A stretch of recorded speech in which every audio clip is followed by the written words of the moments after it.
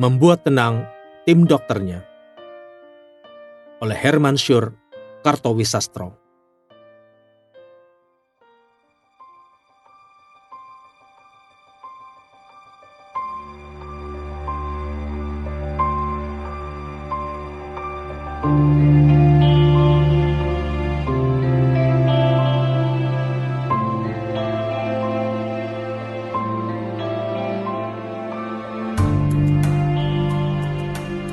Tahun 1976, pada suatu hari Minggu, saya ditelepon Profesor Jamaluddin yang ketika itu menjabat kepala bagian bedah Fakultas Kedokteran Universitas Indonesia agar datang ke Rumah Sakit St. Carolus di Salemba Raya, Jakarta. Yang tidak biasa, saya dipesan agar mengenakan baju batik. Saya pikir, apakah sekalian mau ada pesta? Di halaman rumah sakit, saya melihat beberapa orang berpakaian sipil berjaga-jaga, tetapi tidak saya perhatikan benar. Ternyata, Profesor Jamaluddin meminta saya membantunya di kamar operasi. Ketika itu, baru 2 tahun saya menjadi dokter bedah. "Kita akan operasi presiden," kata Profesor Jamaluddin saat itu. Sungguh saya terkejut. Saya langsung kagum pada kenyataan bahwa ternyata Presiden Soeharto meminta dioperasi di dalam negeri oleh dokter-dokter bedah Indonesia. Mengingat pada saat itu, para pembesar Indonesia biasanya memilih pergi ke luar negeri jika memerlukan operasi. Operasi berlangsung sukses tanpa komplikasi. Beberapa hari kemudian, Ibu Tin mengadakan syukuran dan mengundang kami.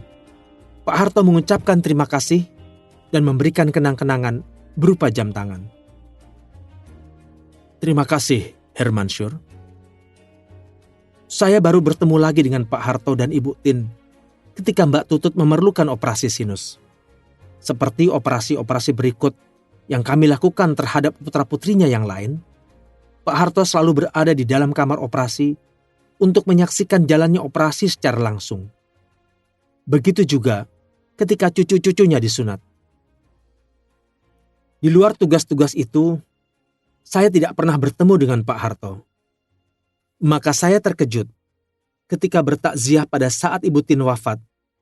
Di antara begitu banyak pelayat, Pak Harto masih mengingat saya dengan jelas.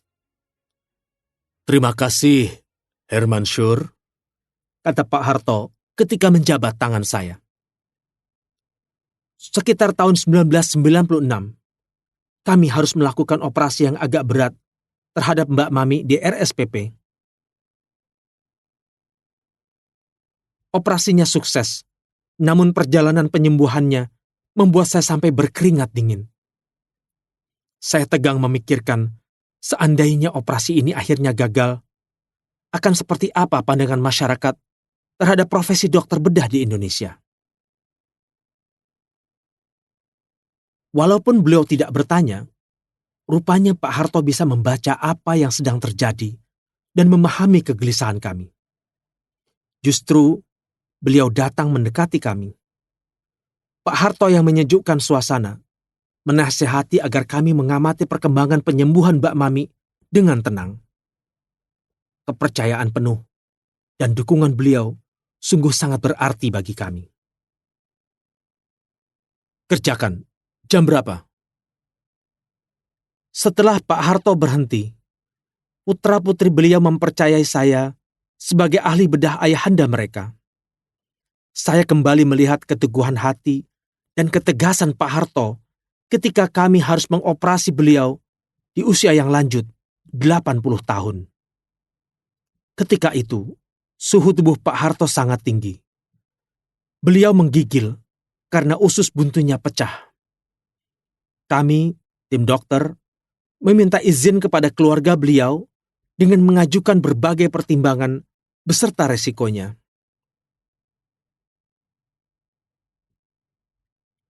Ternyata, penentunya tetap Pak Harto sendiri. "Kerjakan. Jam berapa?" kata beliau dengan tegas. Itu juga operasi yang menegangkan.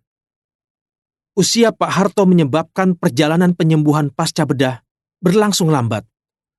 Namun, Semua itu berhasil diatasi berkat kedisiplinan Pak Harto selaku pasien.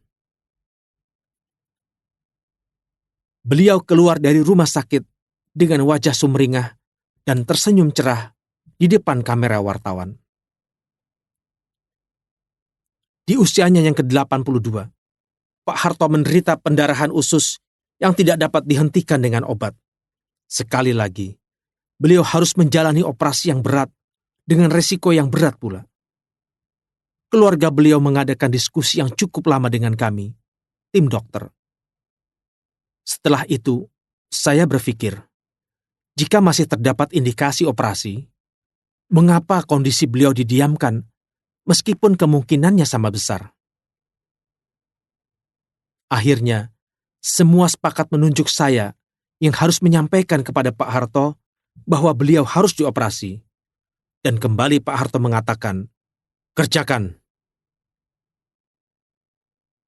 Hanya kuasa dan kebesaran Allah Subhanahu wa Ta'ala yang menjadikan pekerjaan kami berhasil dengan baik. Setelah melalui proses pemulihan yang panjang, saya sungguh lega melihat Pak Harto sudah dapat makan seperti biasa. Akhirnya, Pak Harto wafat pada 27 Januari 2008 dalam usia 87 tahun, disebabkan oleh komplikasi yang terjadi pada organ dalam beliau yang lain. Dr. Hermansyur Kartowisastro, SPB, KBD, lahir 3 Maret 1941. Ia adalah spesialis bedah dari Fakultas Kedokteran Universitas Indonesia 1974. Beberapa pendidikan non-formal bidang kedokteran diikutinya di Leiden, Belanda, abdominal surgery pada 1979-1980, St. Vincent's Hospital di Melbourne, Australia, untuk colon surgery pada tahun 1984, dan di Jepang, disaster medicine pada 1989. Saat buku ini selesai ditulis, ia menjabat sebagai Direktur Eksekutif Pondok Indah Healthcare Group yang memayungi Rumah Sakit Pondok Indah dan Rumah Sakit Puri Indah sejak tahun 2008.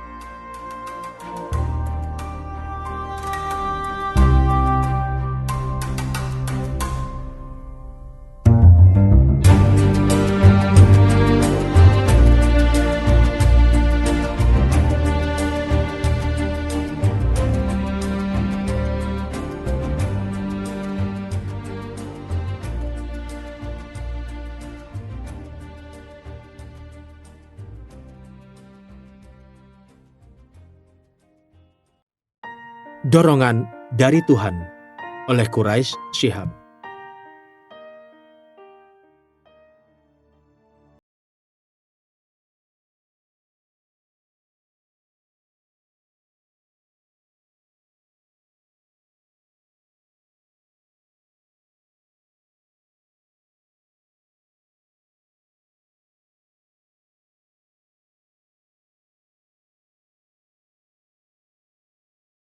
Pak Harto, ketika saya diminta menjadi penterjemah, pada saat Pak Harto menerima kunjungan seorang kepala negara Uni Emirat Arab di Istana Negara. Saya menemukan Pak Harto yang hadir seperti bukan seorang presiden. Ia tampil lebih sebagai sosok manusia Indonesia yang sangat sederhana. Buat saya, kesederhanaan seseorang dapat dinilai dari dua hal. Dari yang dapat kita lihat melalui kehadirannya, juga dari tegur sapa dan tata caranya. Ketika saya sedang mempersiapkan segala sesuatunya menjelang pertemuan itu, Pak Harto datang dan menyalami saya. Kemudian, ia mengajak saya makan bersama. Saya melihat hidangan yang sederhana di atas meja makan. Dengan cara yang apa adanya pula, Pak Harto melayani saya. Makan siang bersama itu pun segera menjadi sangat cair dan menyenangkan. Pada saat itu, saya menanyakan satu hal yang jawabannya sangat ingin saya ketahui sejak lama. Kehadiran dan karisma Pak Harto yang saya rasakan pada pertemuan itu menguatkan lagi keinginan saya. "Pak Harto," tanya saya, Apa yang menyebabkan Bapak memutuskan mengambil alih komando pada saat meletusnya peristiwa G30 SPKI di tahun 1966 itu, Pak? Entahlah Pak Quraisy, saya hanya merasakan adanya dorongan yang begitu kuat dari dalam hati untuk melakukan hal itu. Saya juga tidak mengetahui persis bagaimana saya kemudian bisa tampil dengan begitu tegas. Subhanallah. Saya melihat Pak Harto menjawab dengan serius, berterus terang, dan apa adanya. Saya memandangi Pak Harto dengan sepenuh hati, serta pengetahuan saya. Kemudian saya berkata kepadanya,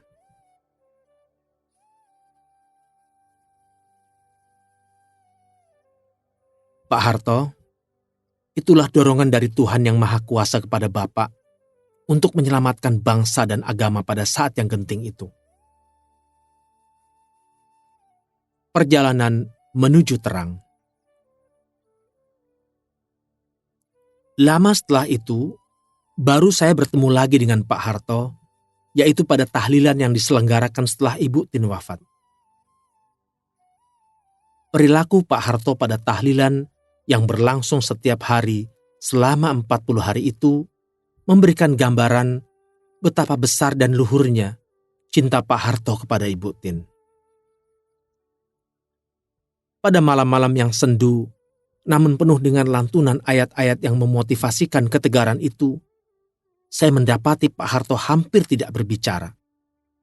Ia tenggelam membaca ayat-ayat Tuhan dan tekun menyimak tausiah yang saya berikan. Setiap hari Rabu pada minggu ketiga setiap bulan, Pak Harto membuka kediaman beliau di Cendana untuk pengajian rutin. Di situ, kami selalu membahas kandungan isi Al-Quran bersama-sama dengan puluhan jamaah yang lain. Suatu ketika, salah seorang jamaah bertanya, mengapa di dalam Al-Quran setiap kata gelap selalu diletakkan mendahului kata terang? Setelah saya menjawabnya, Pak Harto menambahkan bahwa hal itu menjelaskan agar hendaknya manusia selalu berangkat dari gelap menuju terang, dan setelah mencapai terang, hendaknya kembali berangkat menuju yang lebih terang lagi. Penjelasan Pak Harto di situ mengkiaskan perjalanan manusia menuju kepada Tuhannya. Profesor Dr. Haji Muhammad Quraisy Shihab lahir di Rapang, Sulawesi Selatan pada 16 Februari 1944. Ia adalah cendekiawan Muslim dengan keilmuan sangat luas tentang Al-Quran. Pendidikan tingginya diselesaikan di Universitas Al-Azhar, Kairo, Mesir. Menjadi rektor IAIN Jakarta selama 2 periode, kemudian diangkat Presiden Soeharto sebagai Menteri Agama RI pada 1998.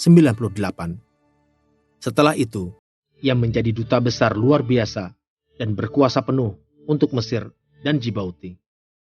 Saat buku ini selesai ditulis, ia aktif memberikan ceramah dan menulis berbagai buku, utamanya tentang tafsir Al-Quran.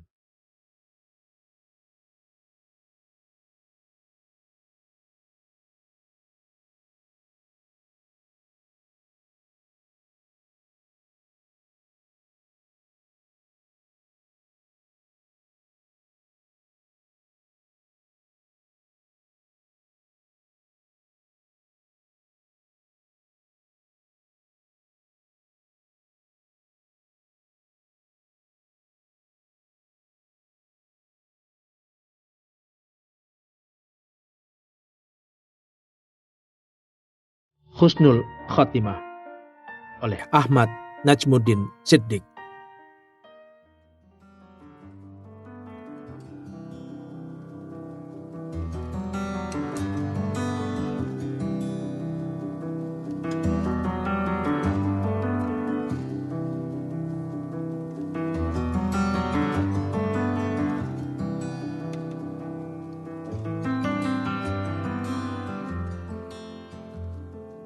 Sejak remaja, saya sudah mengagumi Pak Harto. Begitu kagum saya padanya, sampai-sampai hal itu terbawa ke dalam mimpi panjang yang sangat menyenangkan. Sungguh, Saat itu saya merasa benar-benar bertemu dengan beliau. Namun, begitu terbangun, rasa pesimis akan terjadinya hal itu langsung melanda hati saya. Tetapi Allah Maha Penyayang. Kesempatan bertemu Pak Harto tiba pada saat Idul Fitri tahun 1985. Ketika itu, saya masih lajang. Bersama seorang teman, saya datang ke kediaman Pak Harto dan antri bersama masyarakat biasa lainnya yang ingin mengucapkan selamat hari raya kepada Presiden dan Ibu Negara. Kami diterima pukul 20.00. Kesan pertama saya, Presiden dan Ibu Tin adalah pasangan nomor 1 yang sederhana dan rendah hati. Di sepanjang acara silaturahmi itu, semua orang bisa melihat kediaman Presiden hingga taman di bagian belakang. Saya melihat perabotan di dalamnya biasa-biasa saja, tidak ada yang berlebihan. Sungguh tidak sia-sia, saya sengaja jauh-jauh datang dari Palembang. Pak Harto ternyata tidak seperti yang disangka orang. Konon sulit untuk bertemu Pak Harto. Kenyataan yang saya dapati, beliau ramah, memperhatikan tamu yang tiba di hadapannya satu persatu, dan menyapa sambil tersenyum.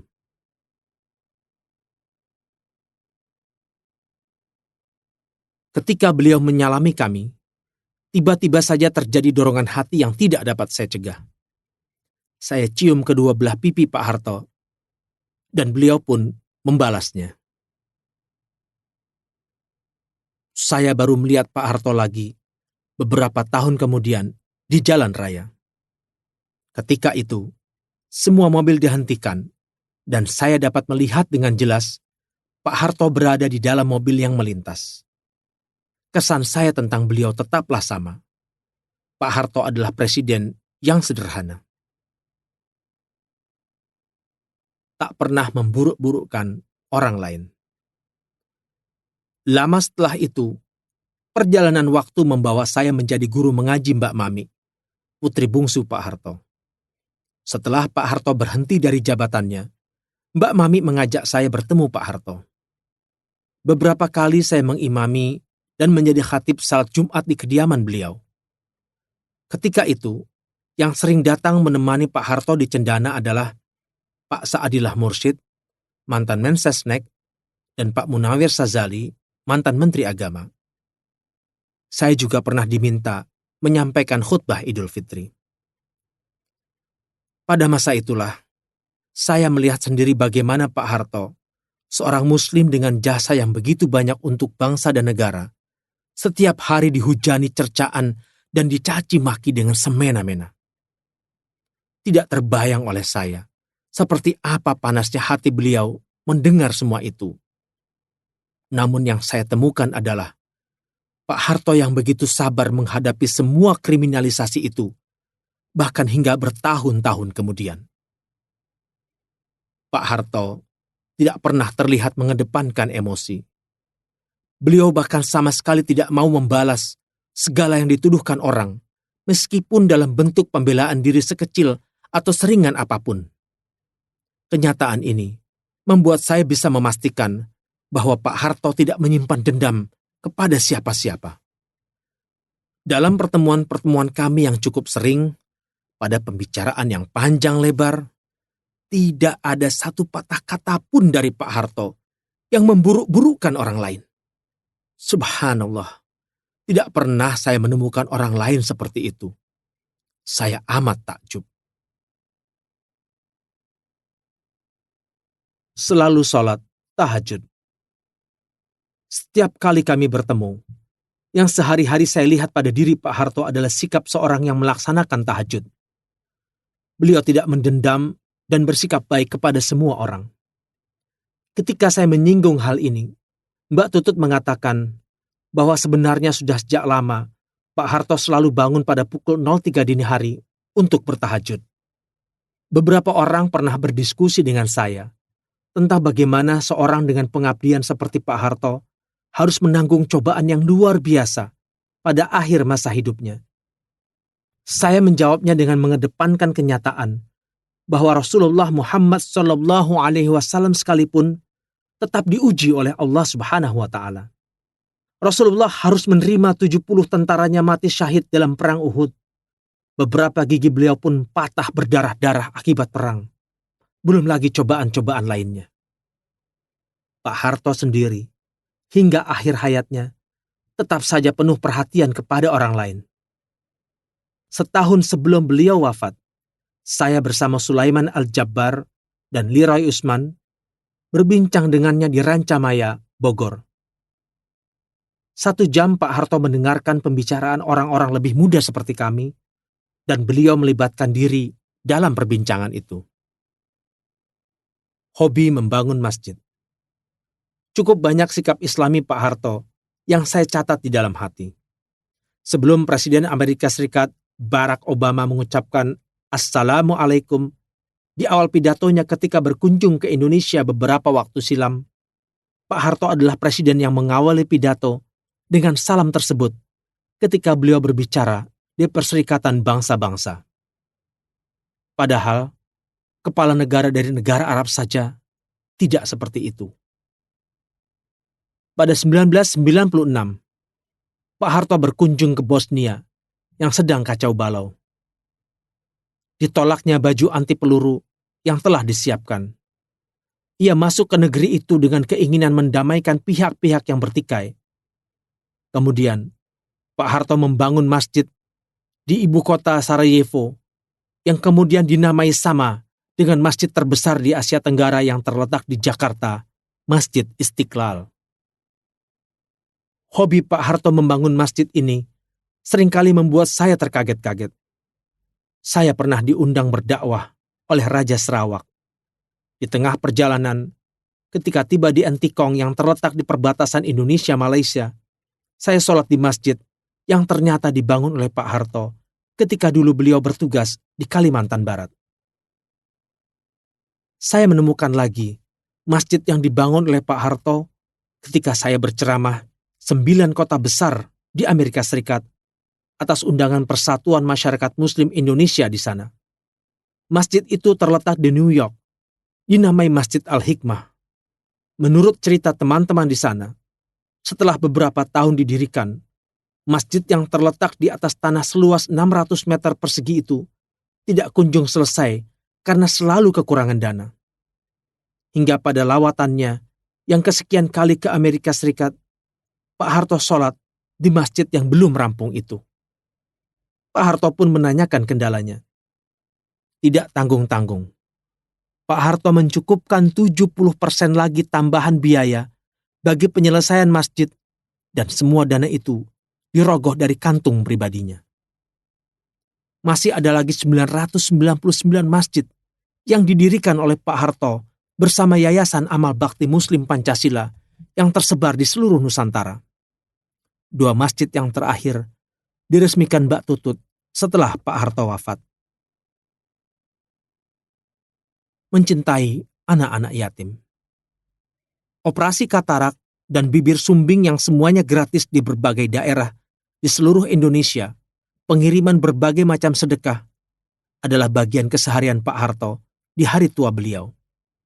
Namun, salah satu yang paling menyentuh hati adalah kecintaannya terhadap anak-anak yatim. Ada kenangan yang tidak pernah terlupakan apabila Pak Harto menemui anak-anak yatim yang saya bina di Yayasan Khasanah Kebajikan di Bogor. Pak Harto akan mencium anak-anak yatim satu persatu. Selalu seperti itu keadaannya, dimanapun beliau berada bersama anak-anak yatim.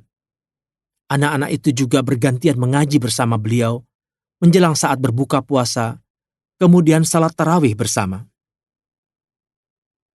Mulai dari ketika Pak Harto masih bisa menyelenggarakan sholat secara sempurna, sampai ketika beliau tidak mampu lagi dan harus sholat di atas kursi, saya sering menemaninya bersembahyang.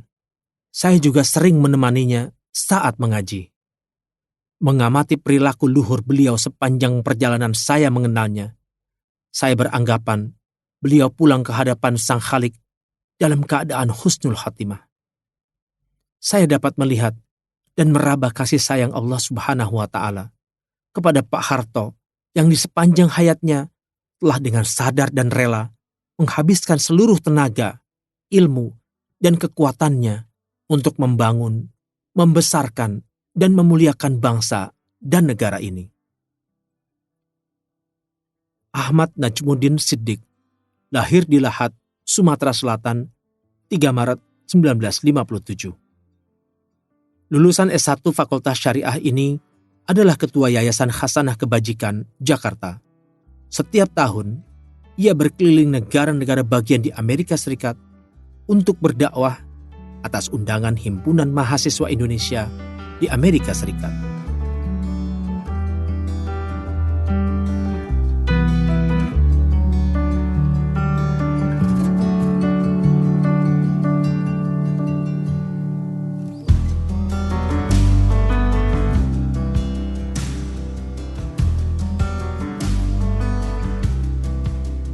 Dengarkan bagian selanjutnya hanya di channel Dengar Buku.